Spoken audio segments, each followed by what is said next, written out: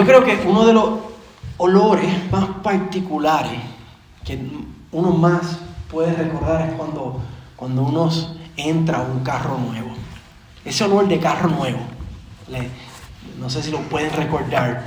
Uno entra al carro nuevecito y se sienta y todavía las sillas tienen sus plásticos y usted pisa la alfombra y la alfombra todavía tiene el crujir de los plásticos. Ese olorcito de carro nuevo, qué rico es. Nuevecito y tú sales del concesionario con ese carro nuevo y tú vas por la calle pensando que tienes una máquina invencible. Y tú sientes que todo el mundo te está mirando, pero tú no miras, porque tú tienes tu carrito nuevo y vas por ahí. Pero ¿qué pasa con el tiempo? Con el tiempo, ese olorcito de carro nuevo va disminuyendo hasta que desvanece. Y esa máquina invencible que tú tenías necesita mantenimiento. Uno pensaba que no, ¿verdad? Que era como un carro que nunca iba a necesitar mantenimiento, pero llega el momento que sí. Hay que cambiarle el aceite, las llantas, los frenos, etc. Y si tú no haces eso con el carro, con esa máquina, ese carro que una vez olía nuevo y que esa máquina que parecía invencible, que tú pensabas que era lo máximo, se puede deteriorar y puede volverse hasta inservible. Y si continuamos tratándola así, puede volverse hasta chatarra. Y es porque todo en la vida que es valioso necesita cuidado, necesita mantenimiento. El Evangelio no es diferente. El Evangelio es algo precioso, es algo valioso. Y aunque el Evangelio nunca cambia, debe ser guardado, debe ser protegido, debe ser conservado de la constante intención diabólica de distorsionar el Evangelio. Y en Hechos 15 vemos precisamente eso, vemos un momento de la iglesia primitiva cuando el Evangelio estaba siendo atacado. Y vemos que la iglesia se levanta en armas para defender el Evangelio a capa y espada. Y nos deja un ejemplo, o dejaron un ejemplo para la iglesia por todas las generaciones venideras, llegando hasta nosotros para hacer lo mismo, a defender el Evangelio. Desde entonces la iglesia ha enfrentado continuamente esta tarea, esta responsabilidad de defender la verdad del Evangelio. En los primeros siglos, la iglesia defendió la fe, defendió el Evangelio por medio de los credos. Tenemos el credo de los apóstoles en el 190, tenemos el credo niceno en el 325, tenemos la definición de Calcedonia en el 451. Y luego de esa temporada pasan como 1000 años donde la iglesia descuidó defender, cuidar el Evangelio. Y llegamos hasta el siglo XVI, cuando el Señor por su gracia despierta en la iglesia reformadores para volver a cuidar y darle el mantenimiento a la iglesia, al Evangelio. Y desde entonces, de la Reforma para acá, del siglo XVI para acá, la iglesia ha hecho confesiones, ha hecho declaraciones de fe para definir lo que es la fe verdadera, para defender el Evangelio. Tenemos la Confesión de Bélgica en el 1560, tenemos la Confesión de Westminster en el 1646. Si brincamos hasta ahora, un poquito más acá, tenemos la Declaración de Chicago en el 1978. Y de manera informal, teólogos en años más recientes han concluido que todas estas confesiones, que todas estas declaraciones se pueden resumir con las famosas 5 solas del Evangelio. La sola Scriptura, la sola gratia, sola fide, solus Christus y soli Deo gloria en el latín. La sola Escritura, la sola gracia, la sola fe, solo Cristo y solo para la gloria de Dios.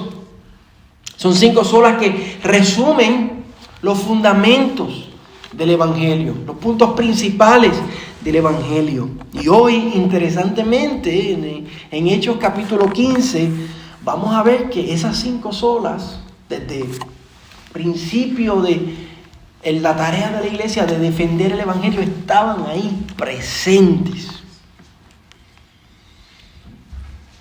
Desde el principio, la iglesia ha tenido que defender el Evangelio de ese impulso demoníaco de las tinieblas de distorsionar el Evangelio.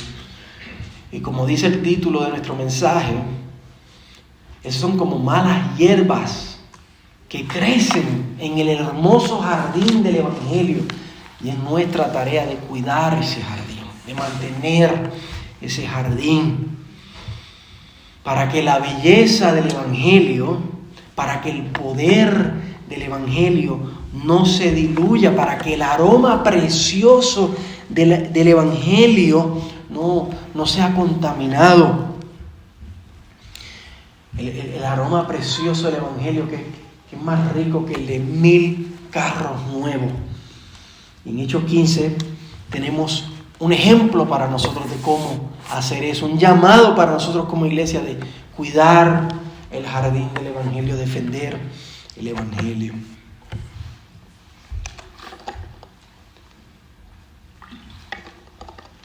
Ahora, desde el principio del libro de los Hechos, hemos visto la comisión, la tarea que Jesús le dio a los apóstoles. En Hechos capítulo 1, verso 8, tenemos esa comisión que marca la trayectoria del Evangelio en todo el libro de los Hechos. Y es una trayectoria geográfica. Les digo, van a empezar en Jerusalén, esa es la primera parte. Luego se van a trasladar con el Evangelio a Judea y Samaria, la segunda parte, y la tercera parte se van a extender hasta los confines de la tierra. Y eso, desde que empezamos el libro de los Hechos, eso parece una idea maravillosa, parece un plan glorioso. ¡Wow! Hermoso. Llevar las buenas nuevas de Jesús desde Jerusalén para todo el mundo. Pero esa trayectoria que el Señor estableció también trajo consigo un problema. El problema es, ¿qué va a pasar cuando el Evangelio llegue a los gentiles, a los que no son judíos? Se le va a exigir a los que no son judíos, se le va a exigir a los gentiles a vivir como judíos. Se les va a exigir a guardar la ley de Moisés que tenemos en el Antiguo Testamento.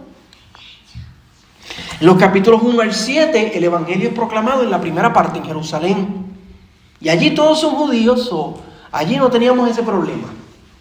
De los capítulos 8 al 12, el Evangelio va a la segunda parte, Judea y Samaria.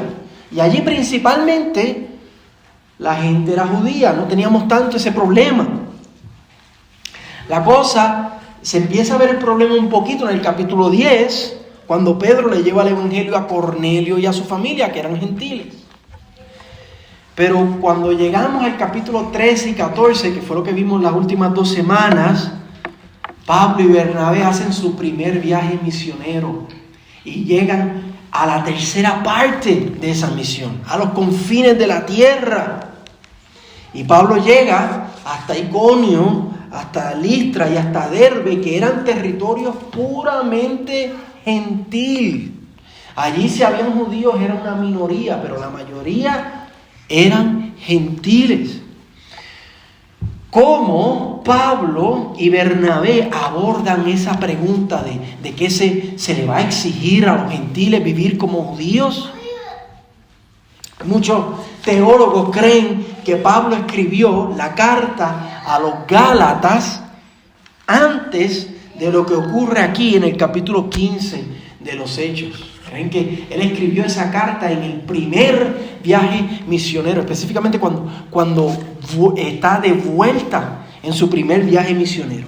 Y en esa carta vemos la respuesta de Pablo a esa pregunta. ¿Se le va a exigir a los gentiles vivir como judíos? En Gálatas 2:16 él contesta diciendo: sabemos que la persona no es justificada por las obras de la ley, sino por la fe en Jesucristo. Porque por las obras de la ley nadie será justificado. Pablo concluye: no hay que exigirle a los gentiles a vivir como judíos, porque las obras de la ley no salvan. Somos salvos solamente por la fe en Cristo. Pero como hierba mala en un jardín que vuelve a salir continuamente, el evangelio es atacado.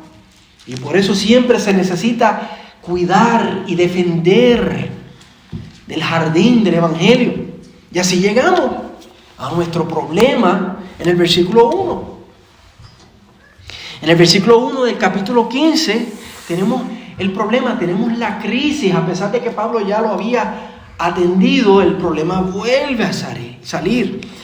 Nos habla de la iglesia en Antioquía. En el capítulo 14, Pablo había vuelto a la iglesia de Antioquía de su primer viaje misionero. Y él les cuenta a ellos: wow, mira todo lo que el Señor hizo, mira cómo el Señor salvó. Así que el capítulo 14 termina con un tono de alegría, pero el capítulo 15 empieza con un tono de crisis, de problema, de algo que hay que resolver.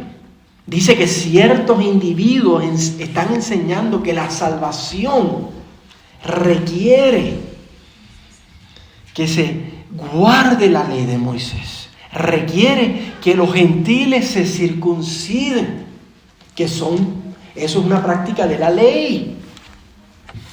En el versículo 2, Pablo y Bernabé confrontan esto de frente.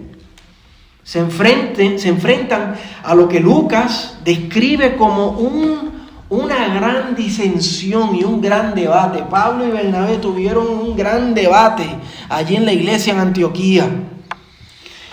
Y por supuesto que sí, porque si Pablo ya hubiera escrito la carta a los Gálatas, si usted ha leído la carta a los Gálatas, sabe que al principio de la carta Pablo dice en el capítulo 1, versículo 7: estoy asombrado de que tan pronto han abandonado al que los llamó por la gracia de Cristo para seguir un evangelio diferente. Un evangelio diferente porque el evangelio dice que somos salvos solamente por la fe. Pero ahora están enseñando, no solamente la fe, también hay que guardar la ley. Eso es otro evangelio. Y por eso Pablo y Bernabé tienen gran debate. Esto no fue un desacuerdo pequeño. Esto fue una batalla por la pureza del evangelio. Entonces, ¿qué hace la iglesia para resolver el problema? La iglesia van a la fuente de la verdad. En este punto de la historia, eso significaba ir a los apóstoles, aquellos comisionados por Cristo para poner los cimientos de la iglesia, como dice Efesios 2, versículo 19 al 20. Y por eso dice el versículo 2 del capítulo 15, la segunda parte dice que los hermanos determinaron que Pablo y Bernabé y algunos otros de ellos subieran a Jerusalén a los apóstoles y a los ancianos para tratar esta cuestión. Entonces la iglesia de Antioquía envía a Pablo y Bernabé a Jerusalén, donde están los apóstoles. Vamos a averiguar cómo resolvemos este problema, cuál es la verdad. Hay que ir a los apóstoles. Entonces hoy día, ¿cómo la iglesia hoy día maneja falsas enseñanzas? ¿Cómo hoy día tú resuelves disputas doctrinales, diferencias? No podemos ir a los apóstoles porque no los tenemos. Pero tenemos la fuente de la verdad. ¿Cuál es? La Biblia, la palabra. En eso fue que se basaron esos grandes concilios que mencionamos de la historia. La palabra. Iban a la Biblia y decían, esto es lo que enseña la palabra. Esta es la verdad. Eso es lo que los reformadores redescubrieron en el siglo XVI. Se le llamaron la sola escritura. Solamente la palabra es la fuente de autoridad y de verdad. Y en eso es lo que nosotros nos debemos basar hoy para saber cuál es la verdad. Y cuando hay una diferencia, cuando hay alguien que está enseñando algo contrario a la palabra, ¿a dónde vamos? A la palabra. Esta es nuestra roca, esta es nuestra fuente de verdad y por eso hay que atesorarla. Entonces en el versículo 4, Pablo y Bernabé van a Jerusalén. Y ellos allí lo primero que hacen es relatar cómo se ha ido cumpliendo el plan de Hechos, capítulo 1, versículo 8. Ellos testifican cómo el evangelio ya fue predicado en Jerusalén, ya fue predicado en Judea y Samaria, y cómo Pablo y Bernabé mismos fueron usados por Dios para que el evangelio vaya hasta los confines de la tierra. Y le cuentan cómo el Señor ha estado salvando a los gentiles. Les relatan el resumen de lo que pasó en el capítulo 13, en el capítulo 14. Y ellos relatan que el Señor a todos esos gentiles los salvó, no por las obras de la ley, sino por la pura gracia del Señor. Pero en el versículo 5 vemos el problema resurgir otra vez. Algunos creyentes del partido de los fariseos insisten que los gentiles deben ser circuncidados. Y mira cómo dice al final, y mandarles que guarden la ley de Moisés. O sea, creer en Cristo no es suficiente. Tiene que ser creer en Cristo más guardar las obras. Ese es el evangelio diferente que ellos están promoviendo. Evangelio más obras. Y ahí vemos la hierba mala salir otra vez. Porque el evangelio es solo Cristo. Solo creer en Cristo. ¿Cómo ellos enfrentan el problema en Jerusalén? En los versículos 6 y 7 vemos que los apóstoles y los ancianos se reunieron y dice que después de mucho debate, estuvieron ahí dándole largo, después de mucho debate.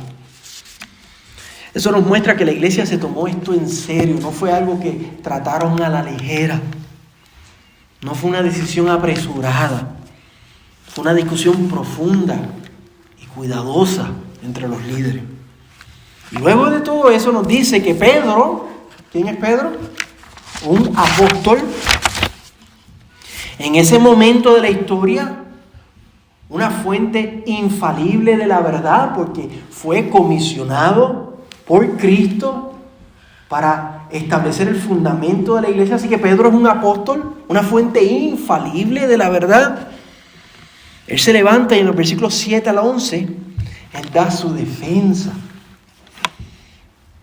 Él relata los acontecimientos, lo que pasó en el capítulo 10 y en el capítulo 11, de cómo él fue usado por el Señor para llevar el evangelio al primer gentil, que fue Cornelio y su familia.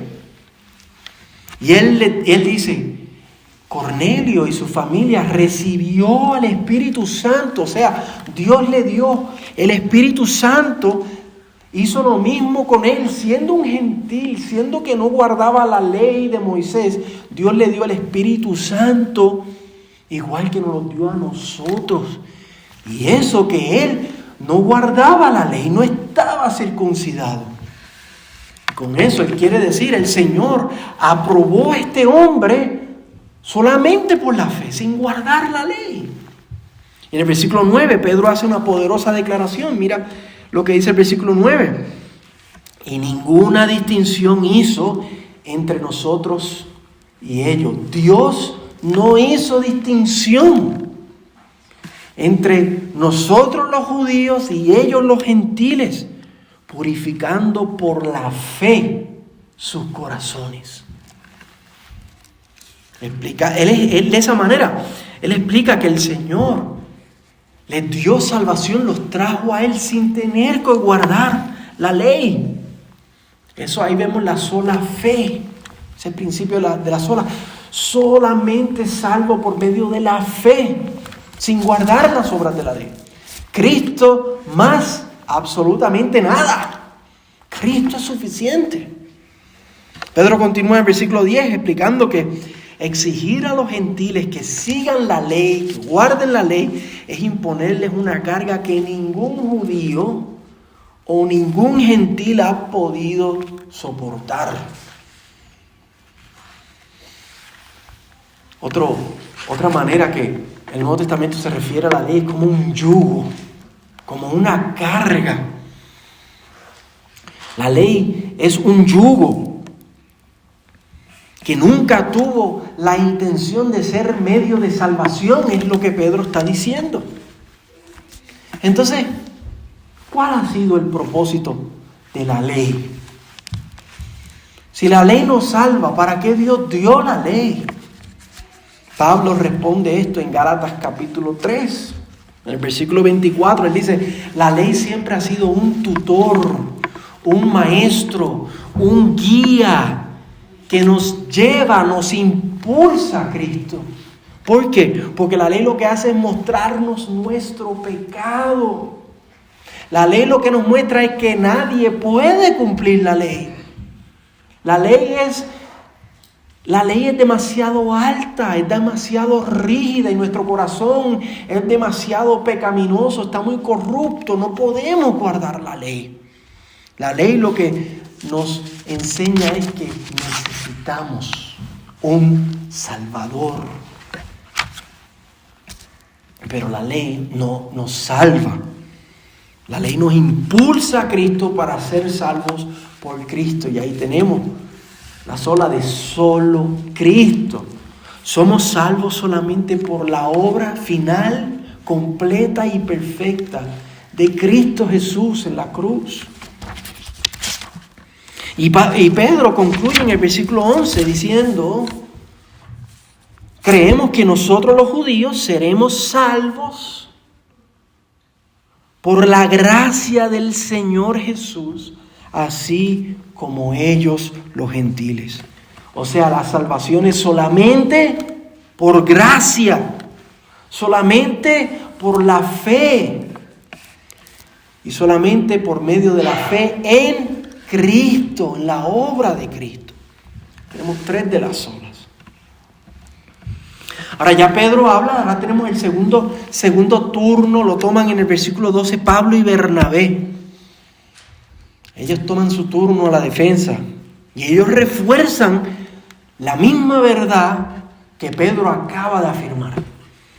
Pero ellos lo refuerzan con el testimonio de lo que ocurrió en el viaje misionero que ellos hicieron esos 2 años, en el capítulo 13 y 14. Ellos comparten cómo Dios validó, cómo Dios confirmó el mensaje de salvación solamente por gracia, solamente por fe, solamente creyendo en Cristo. Dios validó eso a través de los milagros y las señales y los prodigios que el Señor hizo a través de ellos esos 2 años, esos 2 capítulos en el primer viaje misionero. Ellos concluyen lo mismo que Pedro acaba de decir. Y la conclusión de lo que dice Pedro y la conclusión de lo que dice Pablo y Bernabé es que somos salvos solamente por gracia. No hay que guardar la ley. La ley ya cumplió su función.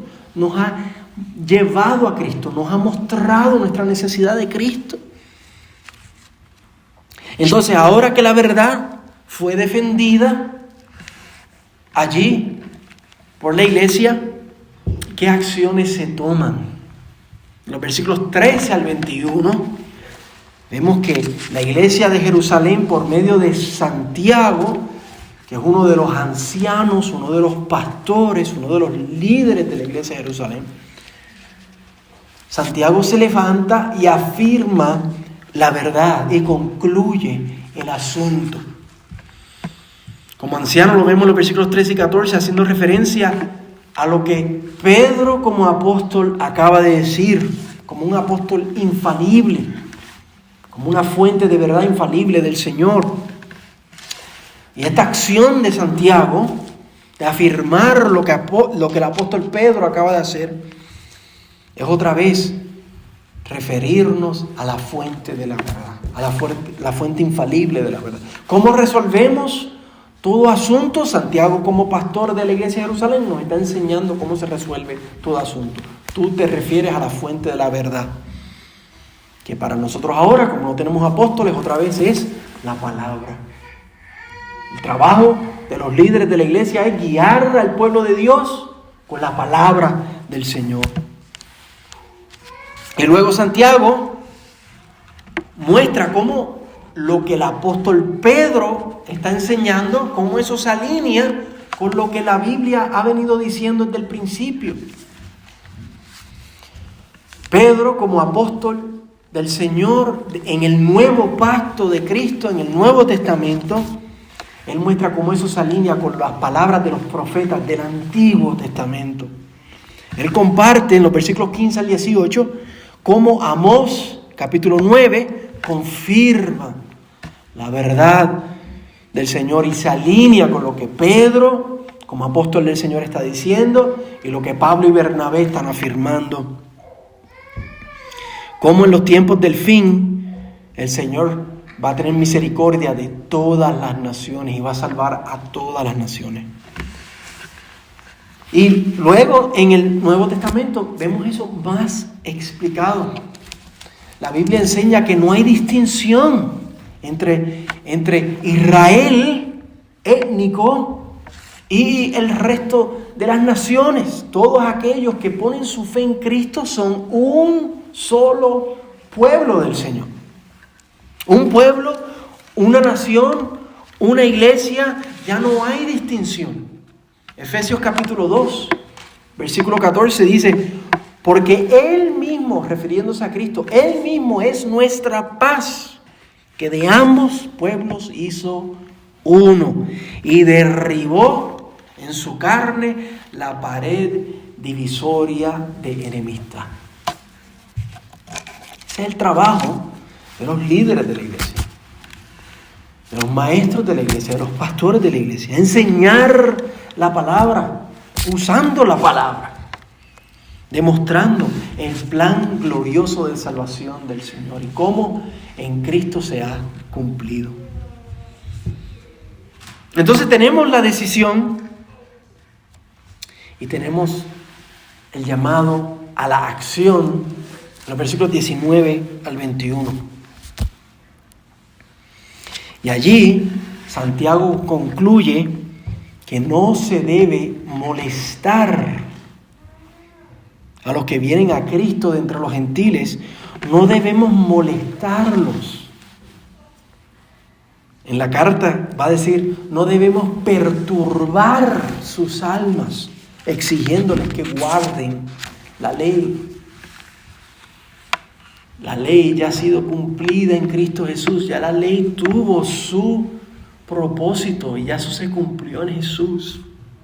No hay que molestarlos, exigiéndoles que guarden la ley de Moisés. Pero luego dice en el versículo 20, mire cómo en él dice el versículo 20. Versículo 19, no molestarlo, pero versículo 20, sino que les escribamos que se abstengan de cosas contaminadas por los ídolos, de fornicación, de lo estrangulado y de sangre. Básicamente los está llamando a que no continúen viviendo como vivían antes. Que ya no sigan viviendo en fornicación, cumpliendo los deseos de su carne y de su lujuria según vengan. Que ya no sigan festejando y disfrutando esas fiestas paganas de sus culturas. Esas fiestas que tenían dedicaciones a ídolos con comida y con sacrificio, y después esas comidas y esos sacrificios que se hacían, eso se comía y se festejaba. Él les está diciendo, ya no hagan eso, ya no vivan de esa manera. Y por eso menciona lo estrangulado y lo de sangre. Eso eran prácticas paganas donde se estrangulaban animales dedicados a los ídolos y después se comían en ceremonias y en fiestas. Entonces esto parece casi una contradicción, porque acaba de decir, no tienen que guardar la ley, pero aquí está diciendo, pero tienen que hacer esto, no hagan esto. Parece algo contradictorio porque los está mandando a guardar algo. Pero a Dios no era la salvación solamente por medio de la fe en Cristo, porque ahora me estás diciendo que tengo que guardar algo, tengo que hacer algo. O mejor dicho, tengo que no hacer algo, abstenerme de algo. Nosotros nos enseña la Biblia que no somos salvos por obras, no. Gálatas 2:16, Hechos capítulo 15. No somos salvos por obras, no. Pero somos salvos para buenas obras. Efesios 2, versículo 10 dice, somos hechura suya, creados en Cristo Jesús para hacer buenas obras que Dios preparó de antemano para que anduviésemos en ellas. La ley no nos salva, pero cuando nosotros somos salvos, la ley de Dios es escrita en nuestro corazón y somos movidos por esa ley escrita en nuestro corazón a vivir vidas diferentes, a ya no vivir para lo que yo quiero, fornicación, a ya no vivir para lo que la sociedad quiere, fiestas paganas, sino ahora a vivir para mi Salvador, a vivir para su gloria. Eso es lo mismo que Santiago, el pastor en la iglesia de Jerusalén, va a escribir una carta mucho luego, y es la carta de Santiago que tenemos más adelante en nuestro Nuevo Testamento. Él escribe en el capítulo 2 de su carta que una fe verdadera, una fe que está viva, es una que se manifiesta por obras. No las obras de la ley de Moisés, sino viviendo vidas ahora cambiadas y transformadas por Cristo para la gloria de Dios. Se nota el amarnos unos a otros, se nota el que estamos obedeciendo esa ley de Dios escrita en nuestros corazones. En el versículo 20, lo que Santiago está llamando a los gentiles es a que vivan para la gloria de Dios, que honren el precioso evangelio que los ha salvado, que vivan vidas entregadas y consagradas al Señor. Es lo que Pablo va a decir en su carta a los Gálatas, en el capítulo 5, anden en el Espíritu y no satisfagan o no cumplan los deseos de la carne. ¿Por qué? Porque hemos muerto con Cristo y hemos resucitado a vida nueva en Cristo Jesús. Y eso nos trae a la última sola que no hemos mencionado, sola y deo gloria. La vida del Evangelio es aquella que vive para la gloria de Dios, no para mis deseos, no para lo que el mundo desea, sino para lo que mi Señor y mi Salvador desea. Como Romanos capítulo 12, versículo 1 dice, vivimos como sacrificios vivos. Pablo dice, hermanos, les ruego por las misericordias de Dios que presenten sus cuerpos como sacrificio vivo, santo y agradable a Dios, que es vuestro culto racional, es vuestro culto diario, en respuesta a las misericordias que hemos recibido del Señor en Cristo.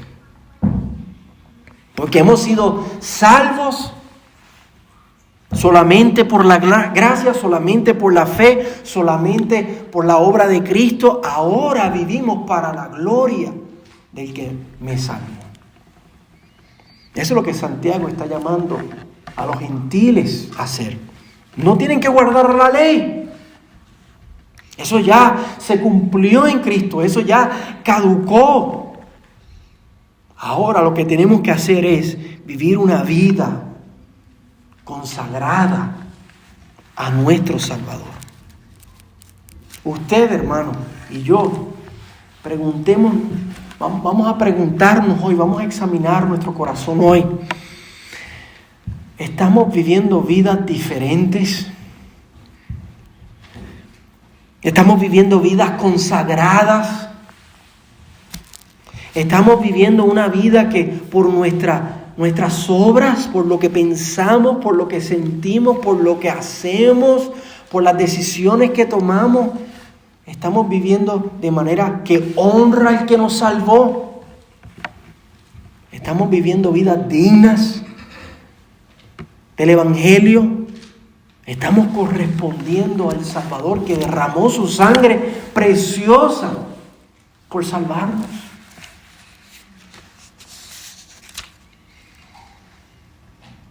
En el resto del capítulo vemos cómo esta conclusión de la iglesia de Jerusalén es llevada de vuelta a la iglesia de Antioquía. En el versículo 22, la iglesia envía a Pablo y Bernabé de vuelta con unos testigos, con un Judas y con Silas.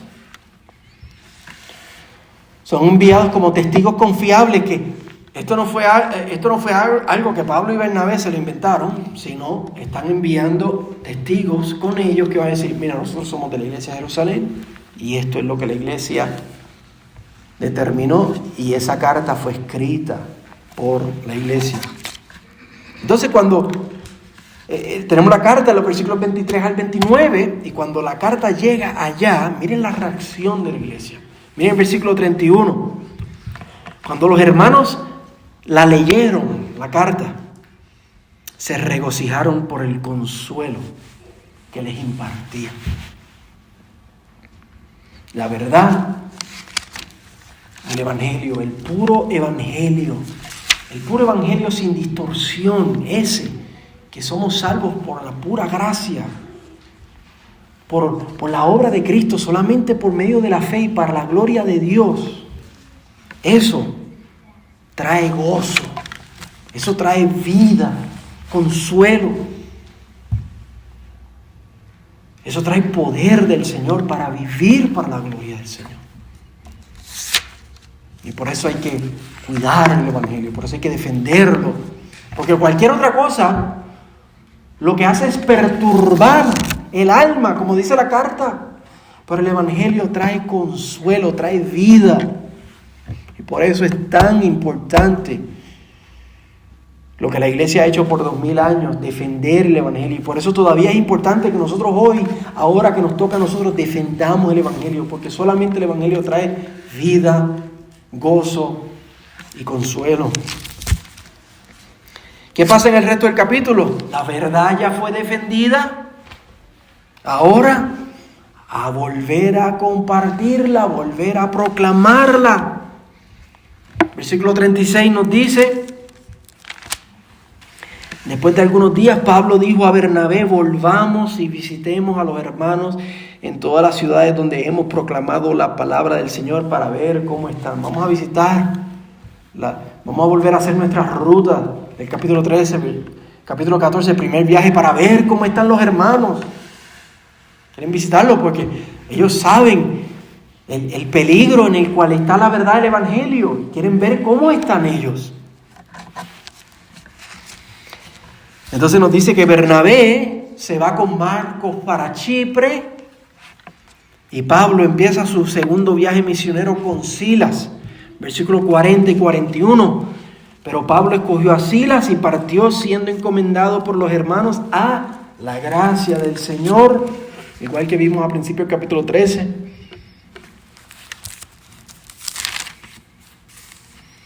Y viajaba por Siria y Cilicia confirmando a las iglesias.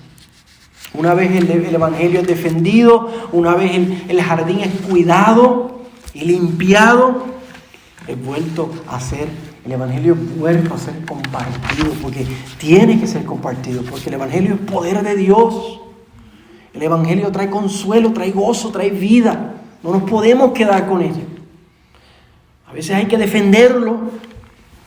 Defendemos el Evangelio, pero después lo seguimos compartiendo y proclamando con otros. Ya para terminar, hermanos, vemos aquí que el Evangelio puro es hermoso, es glorioso. Y otra vez tiene una fragancia mucho más preciosa que la de 1000 carros nuevos.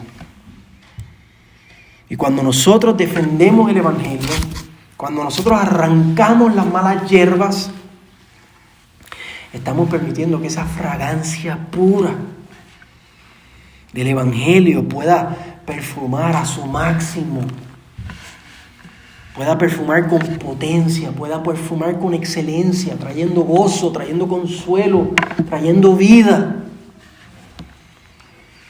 Así que ese aroma del Evangelio primero pueda ser disfrutado aquí en nuestra congregación. En nuestra congregación tengamos un Evangelio puro, conforme a la palabra, conforme a la verdad. Pero no simplemente que se quede aquí en la iglesia, sino que ese aroma del Evangelio nos lleve a nosotros individualmente a vivir vidas para la gloria del Señor. No es simplemente algo doctrinal que hay que defender, es algo que transforma nuestras vidas individualmente. Creamos la verdad del Evangelio y defendámosla, pero también que ese aroma transforme nuestras vidas. Vivamos vidas consagradas, vidas dignas, vivamos para la gloria del Señor. Y por último, que ese aroma, el Evangelio, a través de nuestras vidas podamos continuar compartiéndolo con otros, como hizo Pablo, como hizo Bernabé, como hizo Silas, como hizo Marcos. Ya lo defendimos, ahora compartir el Evangelio, a llevar ese aroma de salvación al resto del mundo. Porque esa fue la misión del Señor. Empiecen en Jerusalén, después Judea y Samaria y después hasta los confines de la tierra. No hemos terminado esa misión. Y el Señor dijo, cuando terminemos de predicar el Evangelio, entonces Él volvería. Entonces tenemos que continuar esparciendo ese aroma del puro Evangelio de Cristo hasta que Cristo vuelva por nosotros.